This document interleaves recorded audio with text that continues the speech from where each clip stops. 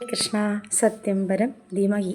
എല്ലാവിധ ഈശ്വര ഭജനങ്ങളിൽ വെച്ച് ഏറ്റവും എളുപ്പവും ശക്തിയേറിയതുമാണ് നാമജപം എന്നുള്ളത്. അത് എത്ര വിശ്വാസത്തോടും ശ്രദ്ധയോടും ഭക്തിയോടും ചെയ്യുന്നുവോ അത്രയും വേഗത്തിൽ നമുക്ക് ഫലം ലഭിക്കുന്നു. നമ്മൾ ഇന്ന് അനുഭവിക്കുന്ന ഈ രോഗവും ദാരിദ്ര്യവും ബുദ്ധിമുട്ടുകളൊക്കെ തന്നെയും ഇജ്ജന്മത്തിലോ മുജ്ജന്മത്തിലോ ചെയ്ത പാപകർമ്മത്തിൻ്റെ ഫലമായിട്ടാണ്.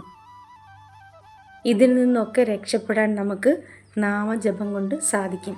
സന്ധ്യാസമയത്ത് നാമജപം കേൾക്കാത്ത വീടുകളിലായിരുന്നു പൂതന ചെന്നതും അവിടുത്തെ കുഞ്ഞുങ്ങളെയൊക്കെയാണ് പൂതന കൊന്നതായിട്ടും ഭാഗവതത്തിൽ പറയുന്നത്.